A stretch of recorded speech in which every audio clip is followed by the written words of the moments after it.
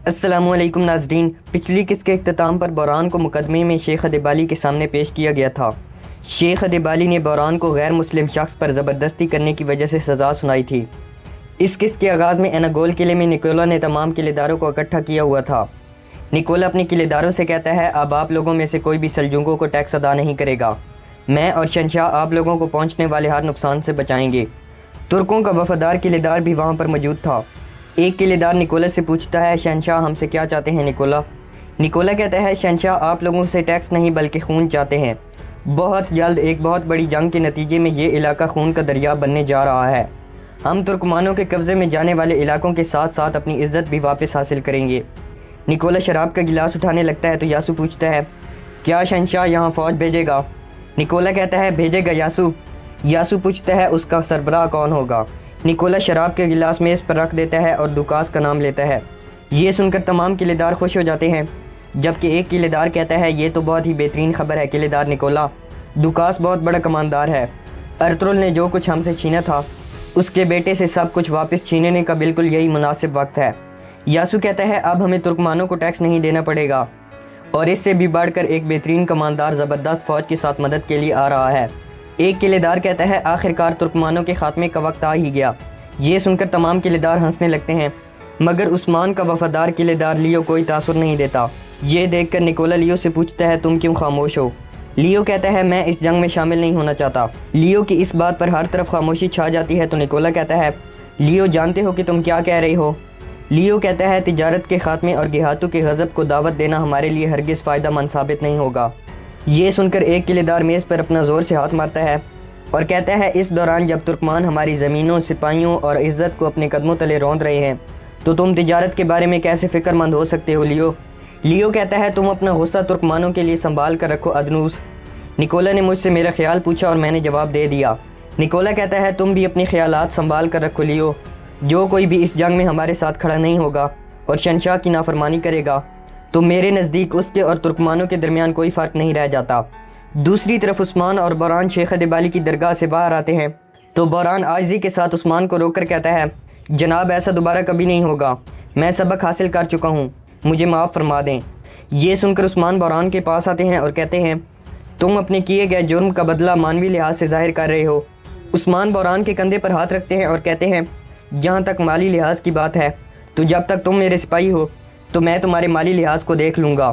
کچھ دیر بعد غیر مسلم شخص باہر آتا ہے اور عثمان سے کہتا ہے، جناب آج مجھے انصاف کا مطلب پتہ چلا ہے، میں جان گیا ہوں کہ ایک انصاف پسند حکمران کتنی بڑی نعمت ہوتا ہے۔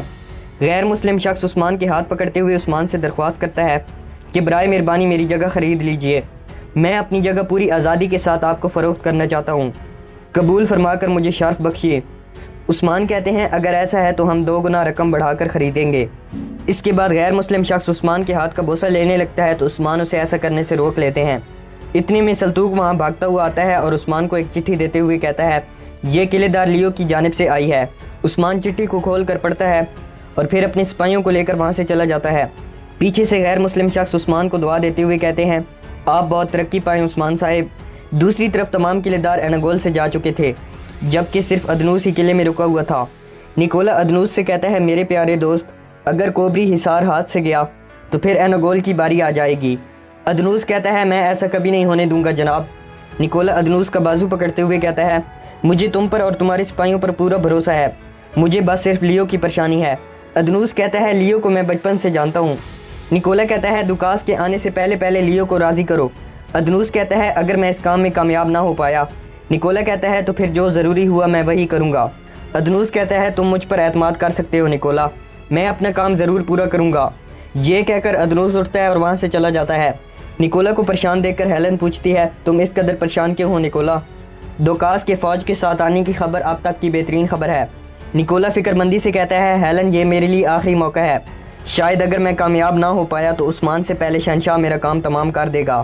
ہیلن کہتی ہے، دوکاس فتح کے لیے آ رہا ہے، دوکاس جیسا بہترین کماندار تمہاری ماتحتی میں ہوگا، اور اس سے بھی بڑھ کر شہنشاہ بھی تم جیسے بڑے کماندار کو چھونے کی ہمت تک نہیں کر پائے گا۔ نکولا شراب کا گلاس اٹھا کر کہتا ہے، اگر میں ہار گیا تو زہریلی شراب کام کرے گی۔ نکولا کہتا ہے، تم جا سکتی ہو ہیلن۔ یہ سن کر ہیلن جیسے ہی کھڑی ہوتی ہے تو نکولا کہتا ہے، ہیلن لیو پر نظر رکھنے کے لیے ایک شخص متعین کرو، میں صرف ادنوس پر اعتماد نہیں کر سکتا۔ اس کے قلعے میں ہمارے لیے کام کرنے والے جاسوس تلاش کرو۔ میں لیو کے قدم قدم اور ہر چیز کے بارے میں جاننا چاہتا ہوں، اور اگر وہ اپنی ضد سے باز نہ آیا تو اسے قتل کرنے کے سوا کوئی چارہ باقی نہیں رہے گا۔ یہ سن کر ہیلن وہاں سے چلی جاتی ہے۔ دوسری طرف جنگل میں لیو ایک جگہ پر عثمان کا انتظار کر رہا تھا۔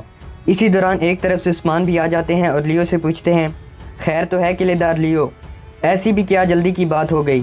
لیو کہتا ہے، نکولا میرے تعاقب میں ہے، میں اپنے قریب ترین سپاہیوں کو بھی شکار کا کہہ کر یہاں تنہا آیا ہوں۔ عثمان ہاں میں سارے لاتے ہیں اور لیو سے پوچھتے ہیں، نکولا پھر سے کیا کرنے والا ہے؟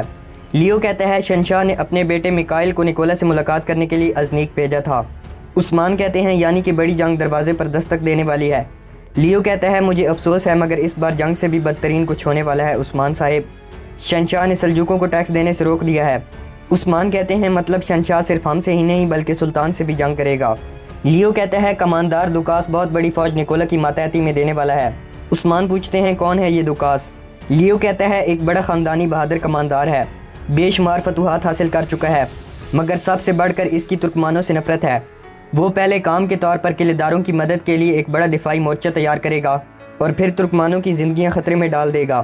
لیو کہتا ہے، آپ محتاط ہو جائیں عثمان صاحب۔ عثمان پوچھتے ہیں، کیا باقی قلعے دار بھی اتنی بڑی جنگ میں شامل ہوں گے؟ لیو کہتا ہے، میں نے نکولا سے کہا ہے کہ میں اس جنگ میں شریک نہیں ہوں گا، مگر معاملات ہاتھ سے نکل چکے ہیں عثمان صاحب۔ قلعے دار اگر اس جنگ میں شریک نہ بھی ہونا چاہیں تو پھر بھی وہ نکولا کو منع کرنے کی جرت نہیں کر پائیں گے، کیونکہ عثمان صاحب سلجوکوں کو ٹیکس نہ دینے میں قلعے داروں کا ہی فائدہ ہے۔ اسی وجہ سے تمام قلعے دار ہر شے داؤ پر لگانے کو تیار ہیں۔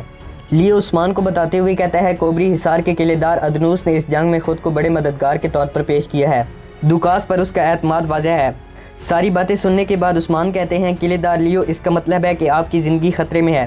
لیو کہتا ہے، شہنشاہ کے خاندان کی وجہ سے میرے ساتھ ایسا ویسا کرنے کی کسی میں جرت نہیں ہے، مگر پھر بھی پہلی فرصت میں مجھے راستے سے ہٹانے کی کوشش کی جائے گی۔ عثمان لیو کے کندھے پر ہاتھ رکھتے ہوئے کہتے ہیں، یاد رکھیں کہ آپ تنہا نہیں ہیں، ظلم کے خلاف کھڑے ہونے والا ہر شخص میرے لیے اپنے بھائی سے بڑھ کر ہے۔ دوسری طرف ملہون کی طبیعت کافی خراب تھی۔ اسی دوران زویا ملہون سے آ کر پوچھتی ہے، ملہون خاتون، آپ کی طبیعت ٹھیک نہیں لگ رہی۔ ملہون کہتی ہے، بس ذرا سے چکر آ رہے ہیں۔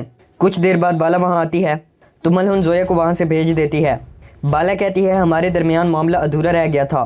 ملہون کہتی ہے، ادھورا نہیں رہا بالا خاتون، وہ معاملہ ختم ہو گیا۔ بالا کہتی ہے، کیا مجھ سے برابر کھڑے ہو کر آپ بات نہیں کرنا چاہ رہی؟ ملہون کہتی ہے، یہاں تشریف رکھیں۔ بالا کہتی ہے، میں بحث کرنے نہیں آئی، تمہارے مقام و مرتبے کو سمجھنے کے بعد میرے لیے اب کوئی مسئلہ باقی نہیں رہا۔ یہ سن کر ملہون بڑی مشکل سے کھڑی ہوتی ہے اور پھر بالا کے پاس آتے ہوئے کہتی ہے، میں اپنا مقام و مرتبہ اچھی طرح جانتی ہوں بالا خاتون، میں جانتی ہوں کہ میں اس قبیلے کی خاتون اول ہوں۔ بالا کہتی ہے، دونوں قبائل کے اتحاد کے لیے تمہیں قبیلے کی خاتون بنانا ضروری تھا۔ اسی دوران بالا کو محسوس ہوتا ہے کہ ملہون کی طبیعت ٹھیک نہیں ہے۔ کچھ دیر بعد ملہون کو زور سے چکر آنے لگتے ہیں اور ملہون خاتون چکرا کر جیسے ہی نیچے گرنے لگتی ہے تو بالا ملہون کو تھام لیتی ہے اور پھر علاجہ اور زویا کو آواز لگاتی ہے۔ اسی دوران بالا کو وہ خیال آتا ہے جب عثمان نے بالا سے کہا تھا، اگر معاملہ حل کرنا چاہتی ہو تو اچھائی کی تلوار استعمال کرو۔ زویا اور علاجہ وہاں آتی ہیں تو بالا کہتی ہے، طبیب خواتین کو بلاؤ فوراً۔ یہ سن کر زویا وہاں سے چلی جاتی ہے۔ ملہون کو بے ہوش دیکھ کر بالا اور علاجہ کافی سہم جاتی ہیں۔ دوسری طرف عثمان سرداری خیمے میں گندوز اور استاد داؤد کے ساتھ بیٹھے تھے۔ عثمان انہیں ساری صورتحال سے آگاہ کرتے ہیں تو استاد داؤد کہتے ہیں، ہمارے پاس بہادر جوان موجود ہیں الحمدللہ، یہ کام بھی جلد ہو جائے گا جناب، اب میں اس سے زیادہ کچھ نہیں کہہ سکتا۔ عثمان کہتے ہیں، آخر میں یہ معاملہ جنگ کے میدان میں حل ہوگا، لیکن چاہے ہم جیت بھی جائیں تو بھی ہم اس خطے میں پہلے جیسے طاقتور نہیں رہیں گے۔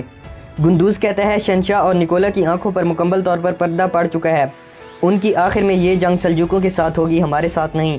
عثمان کہتے ہیں، میں بذات خود سلطان کے پاس جاؤں گا، مگر مجھے ان سے کوئی خاص امید نہیں ہے۔ یہ سن کر استاد داؤد اور گندوز حیرانی سے عثمان کی طرف دیکھتے ہیں اور استاد داؤد کہتے ہیں، آپ ایسا کیوں کہہ رہے ہیں جناب؟ اگرچہ وہ گیہاتو کی ماتحتی میں ہیں مگر ان کے پاس فوج موجود ہے۔ عثمان کہتے ہیں، اس دوران جب اناتولیہ پر بغاوت کے سائے منڈلا رہے ہوں تو ان کی طرف سے فوج بھیجے جانے کے صرف خالی خواب ہی دیکھے جا سکتے ہیں۔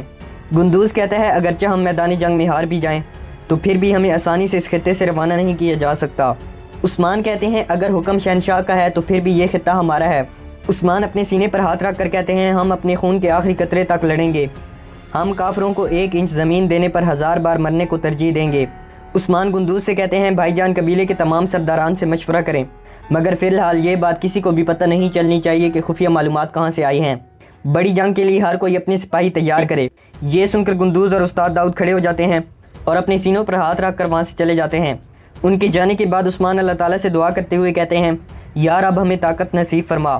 اسی دوران بالا تیزی سے سرداری خیمے میں داخل ہوتی ہے تو عثمان حیرانگی سے کھڑے ہو جاتے ہیں اور بالا سے پوچھتے ہیں، تمہارا رنگ کیوں اڑا ہوا ہے بالا؟ بالا کہتی ہے، ملون خاتون بے ہوش ہو گئی ہیں، طبیب خواتین ان کے پاس ہیں، میں نے سوغوز سے بھی طبیبوں کو بلوا لیا ہے۔ یہ سن کر عثمان تیزی سے سرداری خیمے سے باہر چلے جاتے ہیں۔ دوسری طرف ملون خاتون کو ہوش آ چکا تھا، ایک طبیبہ بھی ان کے ساتھ بیٹھی تھی۔ اسی دوران عثمان وہاں آتے ہیں تو طبیبہ وہاں سے اٹھ کر چلی جاتی ہے۔ عثمان ملون سے ان کی طبیعت کے بارے میں پوچھتے ہیں تو ملون کہتی ہے، اب میں کافی بہتر ہوں عثمان صاحب۔ یہ سن کر عثمان پرسکون ہو جاتے ہیں تو ملون کہتی ہے، عثمان صاحب آپ کو دینے کے لیے میرے پاس بہت اہم خبر ہے۔ عثمان بے تابی سے پوچھتے ہیں، بتاؤ ملون کیا ہے وہ خبر؟ ملون کہتی ہے، مبارک ہو عثمان صاحب، اب آپ کی اولاد کی حسرت باقی نہیں رہے گی، ہمارے خیمے میں ایک کائی سردار آنے والا ہے عثمان صاحب۔ یہ کہتے ہوئے ملون کی آنکھوں میں آنسو بھر آتے ہیں۔ یہ سن کر عثمان خوشی سے پھولے نہیں سماتے۔ عثمان کہتے ہیں، ملون خاتون اس کا مطلب ہے کہ ہمارے ہاں اولاد ہونے والی ہے۔ ملون جذباتی ہو کر کہتی ہے، مجھ سے آپ کی اولاد ہوگی۔ یہ سن کر عثمان ہاتھ بلند کرتے ہیں اور اللہ تعالیٰ کا شکر ادا کرتے ہوئے کہتے ہیں، یا اللہ تو نے میری دعا سن لی اور مجھے بے اولاد نہیں چھوڑا۔ یہ سن کر ملون کی آنکھوں سے آنسو بہنے لگتے ہیں تو عثمان ملون کا ہاتھ پکڑ کر کہتا ہے، ملون خاتون آپ نے میرے دل میں لگی آگ کو بجھا دیا ہے، آپ نے میرے قبیلے اور میرے اوتاق کو جنت نظیر بنا دیا۔ عثمان کہتے ہیں، اب کہیے آپ مجھ سے جو مانگیں گی میں آپ کو دوں گا۔ ملون کہتی ہے، آپ کو اس طرح خوش دیکھنا میرے لیے سب سے بڑی خوش قسمتی ہے۔ عثمان کہتے ہیں، اگر بیٹا ہوا تو وہ میرا وارث بنے گا۔ اسی دوران بالا اندر آتی ہے تو عثمان ملون خاتون کا ہاتھ پکڑ کر بیٹھے تھے۔ عثمان اور ملون کو دیکھ کر بالا سوچوں میں پڑ جاتی ہے تو عثمان کہتے ہیں، بالا ہماری اولاد ہونے والی ہے۔ یہ سن کر بالا جذباتی ہو کر کہتی ہے، یہ تو ہم سب کے لیے بہت اچھی خبر ہے۔ اس کے بعد بالا اللہ کا شکر ادا کرتی ہے اور عثمان سے اجازت لے کر وہاں سے چلی جاتی ہے۔ بالا جب خیمے سے باہر آتی ہے تو بالا کے چہرے پر خوشی اور اداسی کے ملے جلے تاثرات نظر آتے ہیں اور بالا کی آنکھوں سے آنسو بہنے لگتے ہیں۔ بالا لڑکھڑاتے ہوئے سیڑھیوں سے نیچے آتی ہے اور پھر وہ اپنے خیمے کی طرف چلنے لگتی ہے۔ ادھر ملون عثمان سے کہتی ہے، عثمان صاحب یہ بات ابھی ہمیں اپنے درمیان ہی رکھنی ہوگی تاکہ پہلے ہمیں اپنے بچے کی صحت کا یقین ہو جائے۔ ملون کہتی ہے، مجھے خطرہ ہے کہ ایسا نہ ہو قبیلے والے امید لگا لیں اور پھر کچھ غلط ہو جائے۔ عثمان کہتے ہیں، اللہ نہ کرے، اپنا اور ہمارے بچے کا خیال رکھیں اور ملون خاتون جو بھی آپ کی خواہش ہو مجھے بتا دیں۔ کچھ دیر بعد علاجہ اور زویا اجازت لے کر اندر آتی ہیں تو عثمان ان سے کہتا ہے، آپ لوگوں نے ملون خاتون کا خاص خیال رکھنا ہے اور انہیں کوئی کام نہیں کرنے دینا، کوئی ایسی بات نہیں کرنی جو انہیں پریشان کرے۔ یہ سن کر علاجہ کہتی ہے، جیسا آپ کا حکم حضور، جبکہ زویا کچھ سوچ میں پڑ جاتی ہے۔ عثمان ملون کو الوداع کہتے ہیں اور وہاں سے اٹھ کر چلے جاتے ہیں۔ عثمان جب خیمے سے باہر آتے ہیں تو کافی پرسکون دکھائی دیتے ہیں۔ دوسری طرف بالا ندی کی پل پر کھڑی رو رہی تھی۔ اسی دوران عثمان بالا کے پاس آتا ہے تو بالا اپنے آنسو صاف کر لیتی ہے۔ عثمان بالا کے پاس آ کر کہتا ہے، کتنی خوشی کی خبر ہے بالا، تمہیں مبارک ہو۔ بالا کہتی ہے، آپ کو بھی مبارک ہو عثمان صاحب۔ اس کے بعد بالا عثمان سے پوچھتی ہے، آپ کس چیز کا انتظار کر رہے ہیں؟ کیا قبیلے والوں کو یہ اچھی خبر نہیں سنانی چاہیے؟ عثمان کہتے ہیں، ابھی نہیں، یہ خبر قبیلے میں نہ بتانا ہی زیادہ فائدہ مند رہے گا۔ ویسے بھی ملون خاتون پہلے بچے کی صحت کے بارے میں پر یقین ہونا چاہتی ہیں، وہ اپنی جگہ ٹھیک ہیں، اور ویسے بھی عوام کو ابھی سے پرجوش نہیں کرنا چاہیے۔ بالا کہتی ہے، آپ نے ٹھیک سوچا عثمان صاحب، جب تک ہمیں یقین نہیں ہو جاتا تب تک یہ بات چھپانا ہی بہتر ہے۔ یہ سن کر عثمان اپنی خیمے کی طرف چلے جاتے ہیں تو اسی دوران گونچا بالا کے پاس آ کر کہتی ہے، ملون خاتون کو کیا ہوا ہے؟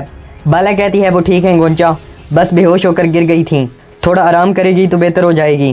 یہ کہہ کر بالا وہاں سے چلی جاتی ہے تو گونچا سوچ میں پڑ جاتی ہے۔ دوسری طرف بوران اور گفتوگ استاد داؤد کی بھٹی میں اپنے خنجر اور تلواریں تیز کرنے میں مصروف تھے۔ اسی دوران توران الف وہاں آتا ہے اور سلام کرنے کے بعد استاد داؤد سے کہتا ہے، گرمیان کی سرزمین سے میرے بھائی آ رہے ہیں، وہ بھی میری طرح عثمان صاحب کے ساتھ اس جنگ میں شریک ہونے کے لیے پرعزم ہیں۔ استاد داؤد خوش ہو کر کہتے ہیں، ماشاءاللہ یہ تو ایک بہت مبارک خبر ہے۔ بوران توران کو شاباش دیتے ہوئے کہتے ہیں، ہمارے قبیلے میں ایک بہادر آیا اور اس نے کئی بہادروں کی اس راستے پر رہنمائی کی۔ توران بوران کا شکریہ ادا کرتا ہے تو گفتوگ توران کے پاس آتے ہوئے کہتا ہے، تمہارے بھائی یہاں آ تو رہے ہیں مگر عثمان صاحب کی نظر میں قابل سپاہی بننا اتنا آسان نہیں ہے، ایک نااہل شخص ہمارے لیے رکاوٹ بن سکتا ہے توران الپ۔ یہ کہہ کر گفتوگ وہاں سے چلا جاتا ہے۔ اس کے جانے کے بعد بوران بھی استاد داؤد سے اجازت لیتا ہے اور وہ بھی گفتوگ کے پیچھے چلا جاتا ہے۔ توران استاد داؤد سے پوچھتا ہے، داؤد استاد، میں نے گفتوگ کے ساتھ ایسا کیا کیا ہے کہ وہ میرے ساتھ ایسا برتاؤ کر رہا ہے؟ دوسری طرف بوران گفتوگ کے پیچھے پہنچ کر کہتا ہے، بھائی جو تم نے کیا وہ غلط تھا۔ گفتوگ کہتا ہے، تم بہت جلدی بھول گئے ہو بوران، پچھلی دفعہ بھی مہاجروں میں سے غدار نکلا تھا، کیا اس صورتحال میں نئے آنے والے لوگوں کو سردار کے سپاہیوں میں رکھ لوں؟ بوران کہتا ہے، کیا تمہیں لگتا ہے کہ میں نے عثمان صاحب کی حفاظت کے بارے میں نہیں سوچا؟ یہ سن کر گفتوگ رک کر کہتا ہے اگر تم ایسا سوچتے ہو تو تمہیں زیادہ محتاط رہنا ہوگا۔ بحران کہتے ہیں دیکھو میرے بھائی جو تم کر رہے ہو وہ عثمان صاحب کے سپاہی کو زیب نہیں دیتا، تمہارا رویہ سخت ہے۔ یہ سن کر گفتوگ وہاں سے جانے لگتا ہے تو بحران گفتوگ کو بازو سے پکڑ لیتے ہیں اور کہتے ہیں اتنی جلد بازی سے رائے قائم مت کرو۔ گفتوگ بحران سے اپنا بازو چھڑا لیتا ہے اور کہتا ہے مجھے بہت کام ہے، تم جاؤ اور اپنے بھائی توران کے ساتھ گپ شپ کرو۔ یہ کہہ کر گفتوگ وہاں سے چلا جاتا ہے۔ گفتوگ کی باتیں سن کر بحران کو بہت دکھ ہوتا ہے اور یہاں پر اس ایپیسوڈ کا اختتام ہو جاتا ہے۔